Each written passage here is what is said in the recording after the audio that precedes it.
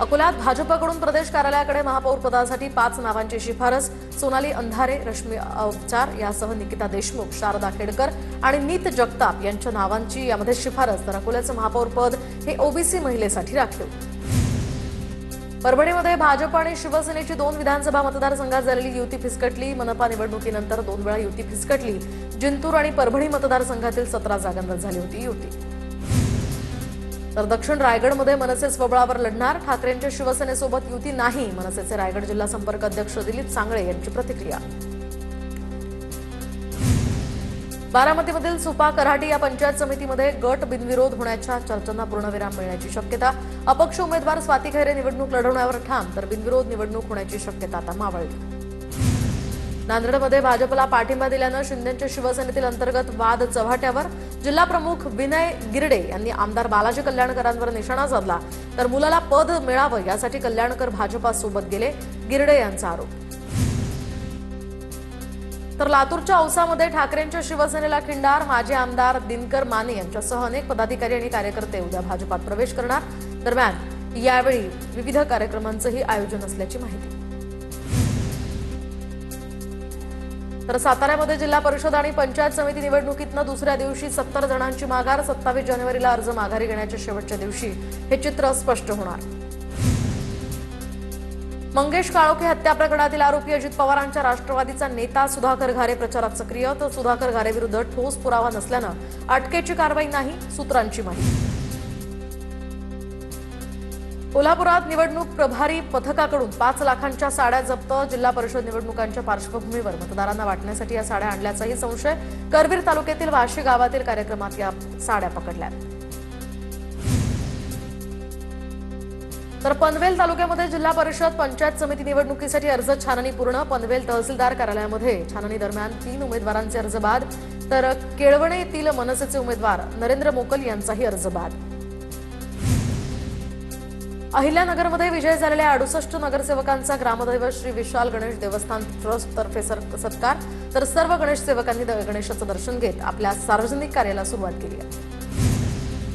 पनवेल महानगरपालिकेत महायुतीच्या गटनेतेपदी भाजप नगरसेवक नितीन पाटील यांची नियुक्ती। पनवेल महापालिका निवडणुकीत महायुतीचा विजय।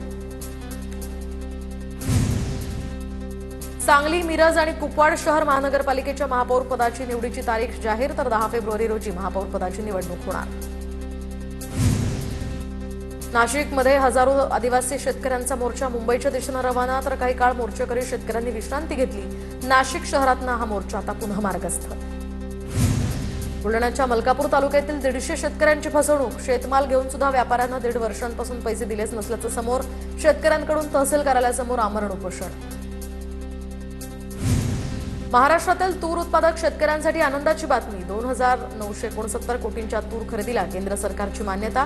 तर केंद्रीय कृषी मंत्री शिवराज सिंग चौहान यांच्या बैठकीत हा निर्णय। बुलढाण्यामध्ये खुल्या बाजारात सोयाबीनचे दर वाढल्यानं नाफेड केंद्राकडे शेतकऱ्यांनी फिरवली पाठ। तर केंद्र चालकांना शासकीय खरेदी बंद करण्याची वेळ आली आहे।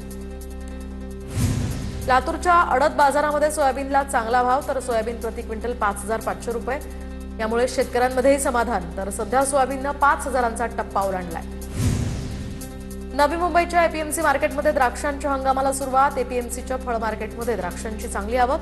तर महाराष्ट्रासह देशाच्या विविध राज्यातनं द्राक्षांची सध्या आवक वाढली आहे।